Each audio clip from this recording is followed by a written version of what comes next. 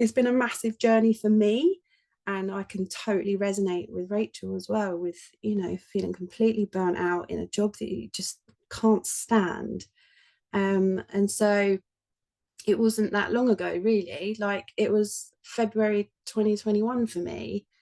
That was only last year, right? Like, sitting at my desk, trying really hard to ignore the negative energy. And I'm just sort of like AirPods in, trying to listen to positive podcasts and all this stuff, and just trying to like get rid of the negative energy around me. And meanwhile, my boss is giving me more and more workload. And I'm just thinking, what has my life become? I'm sick and tired of being sick and tired of this boring but also stressful job. I was unfulfilled, unsatisfied, working this dead end job, and I was overweight, feeling unworthy and undeserving of having a better life. I was severely depressed and I wasn't looking after myself. I was a full-time working mum. I was overwhelmed with doing everything for everyone else, as we do as mothers, not looking after ourselves. I didn't earn enough money to do anything for myself. I was trying to run a household, be a good employee, mother, wife. But sadly, I'd had enough, and I'd become so low and deep in depression. And one night I just put my son to bed, and after I sat on the sofa, I was just surrounded by like mess and toys everywhere, just exhausted. I was so fed up. I just had enough. And when you just sat with your dark thoughts, and I just thought, I can't do this anymore. I can't live like this. And so it was in that really dark place that I made really clear plans in my head to end my life. It just broke me. But my only saving grace was just having my son that I just tucked up in bed. He still wants me to hold his hand as he falls asleep. Like, I couldn't bear the thought of leaving him traumatized like that, so, and not existing for him, how that would impact him. I just knew something had to change. So that's when I began my self-care journey. I had to get up at 5 a.m. I had to just find some tiny piece of time for myself with peace and quiet. I could just do some gentle exercise, meditate, journal before getting ready for work. And I just felt like I found me again, just a little piece of me and just a bit of time for myself. And I didn't know at the time, but when Kristen was speaking about, your energy and just recentering, coming back to yourself, that's what I was doing. And I didn't realize it at the time, but I just started like investing in myself, and I was losing weight because I felt happier and more confident.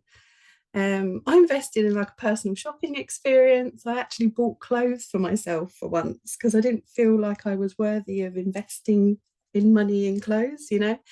And so, yeah, and then I invested in coaching and training and all sorts of sort of business conferences.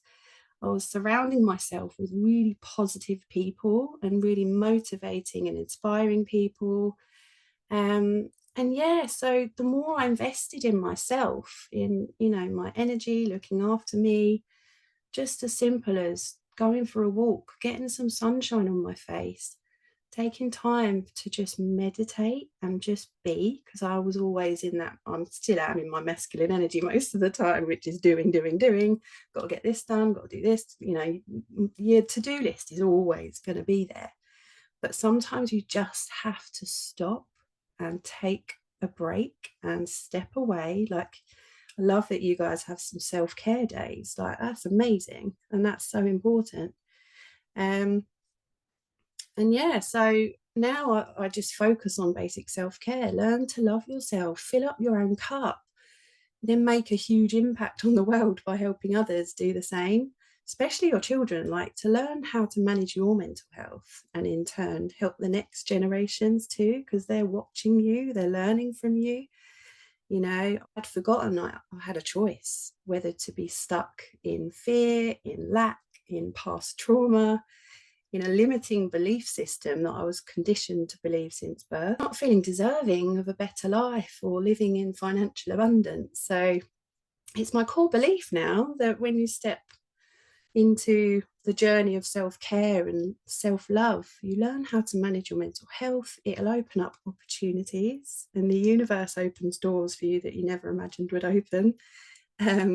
So as long as you feel good about something and you're in alignment with your purpose and your mission, you can make a huge impact on the world in a positive way. So that's, in a nutshell, my experience of being a burnt out mum, trying to do it all, but you just have to take time for yourself. It is so important. There's the analogy of, when you're on an airplane, you have to put your own mask on first before you can help anyone else, because you're no good otherwise if you don't take care of you first, right? So yeah, I'm all about it. As you can probably tell, I'm very passionate about it. So I'll hand back to Lee. Natalie, that was, I'm going to call that a testimonial, right? That was do it for your kids. I'm so I did it here for him. He saved my life, essentially, so. And as a mother, completely understand. Different story, but my son is the reason I left my abusive ex-husband. Our children actually give us the courage to do the things, right? They give us that bravery. They make us brave. They make us strong. And your story, it just it twisted my heart. It resonated with me, and I know it resonated with so many other people. And thank you so much for sharing your story. Thank you for taking us on that journey. Thank you for telling us just how you made it to the other side. And some of us, some people may still be struggling with that, on getting to the other, believing in themselves, on love, and just knowing that it's going to be okay. Yep. It's going to be right. So thank you for that. And honestly, ladies, that is a great way for us to begin to wrap up, because that is what it's all about. Avoid that burnout. Make sure that you take care of yourself. Love yourself.